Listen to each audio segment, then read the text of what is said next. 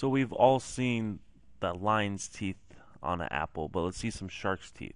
So first thing you're going to need is to pick out some shark teeth, picture of a shark, and a picture of an apple. Try to get some high quality pictures, and the end result will be that much better.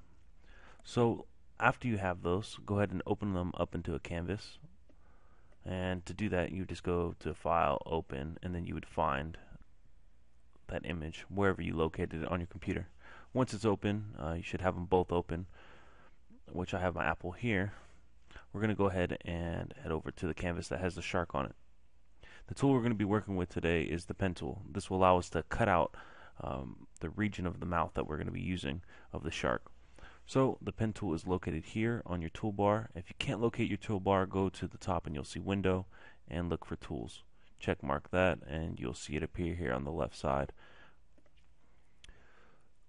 So go ahead and click this icon here, which is the pen tool, and let's go ahead and start cutting out. And to do that, just left mouse click around the mouth and try to get a little extra on the mouth, just so we can have a little bit of a dramatic effect.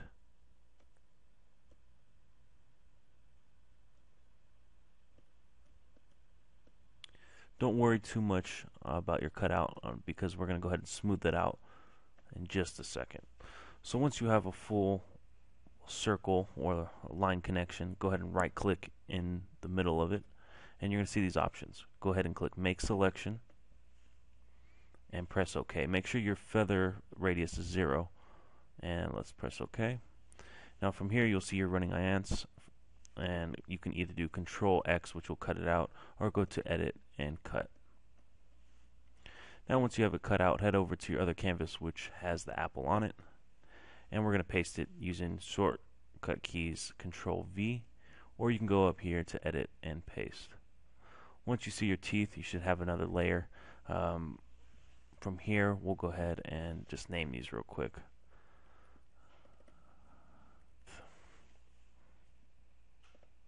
Okay, so from this point we're going to select our teeth layer, and we're going to use the shortcut keys Control T, which will transform the layer we selected, which is the teeth.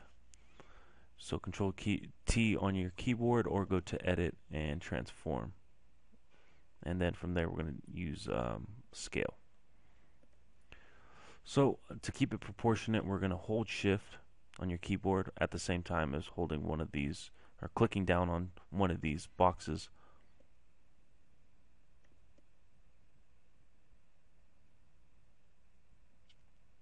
And once you have it to a certain size, something that's proportionate to the apple itself, and this looks good, so go ahead and press Enter on your keyboard to get out of the scaling. Now from here we can reposition a little bit. Now the next thing we're going to do is we're going to erase the edging. So it's going to clean up the edging.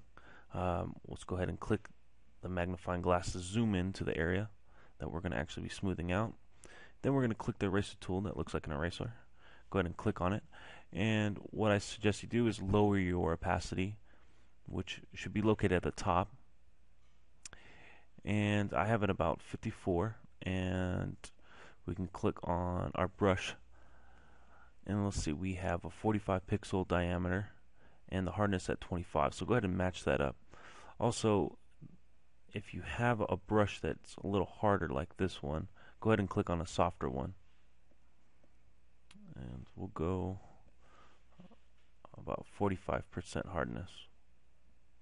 So a shortcut to resize your brush throughout this is actually, you'll see the braces. It's usually next to the P on your keyboard. You have a left one and a right one. It'll allow you to scale up and scale down when you're selected on your brush, whether it's an eraser or a brush tool of any type. Okay, so now from this point we're going to go ahead and smooth out these edges. We're going to go over it a few times as our opacity isn't real low, or I should say isn't real high. And we'll just keep going over this area until it's blended pretty well. And what we'll do is we'll keep working each of the areas until it looks pretty blended. It'll give it more of a realistic look, and we can achieve that pretty quickly. So just keep going back and forth. Each stroke, go ahead and let go of your mouse, the left mouse, and just go back and forth. Each stroke, it should blend better and better. That last one, I need to go back. Okay. So the whole idea is not to have any defining lines of the mouth. It just eases in the blending. So as we took the left and right side of the mouth here and here, it actually gives it a little bit more realistic effect on the end result. So try to keep in what would you call that, the crease of the mouth on the edges. So try not to fade those out.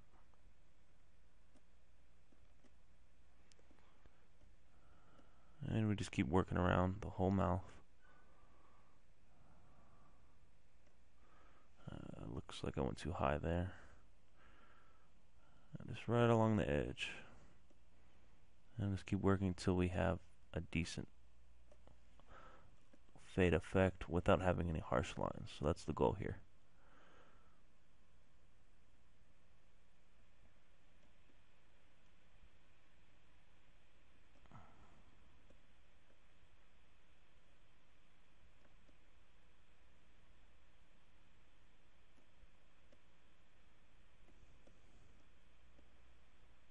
And just double check around the mouth any hard lines that you see.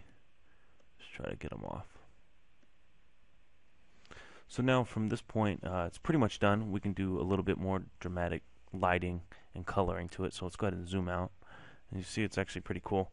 The picture that I actually chose has some water coming out of the mouth as well, so it goes with the apple pretty well. So what we can do here is go ahead and just duplicate the layer. So I just held control and selected both the layers. So I click on one, which would be the teeth at first, and then I'll hold control and click apple. This will select both of the layers, or as many layers as I wanted, but in this case just the two teeth and apple layers. So then I'll go ahead and right click on either one, and I'm going to select convert to smart object. From there we have an object, and we're going to go ahead and convert it and rasterize the layer. So I just right clicked again, and then there was rasterize the layer, which isn't highlighted anymore. And then what we'll do is go to image, adjustments, and we'll go to brightness and contrast. From there we'll turn up the brightness just a tad bit and turn up the contrast to 100.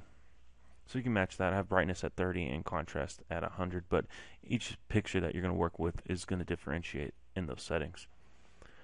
And if for some reason you're not seeing it while you change it on the canvas, there is this checkbox here for preview. So if I turn that off, I'm not going to see it. So there's the original and there's the edited version. And go ahead and press OK. So yeah, there you go. There's your tutorial on how to add shark teeth to an apple. Hope you enjoyed.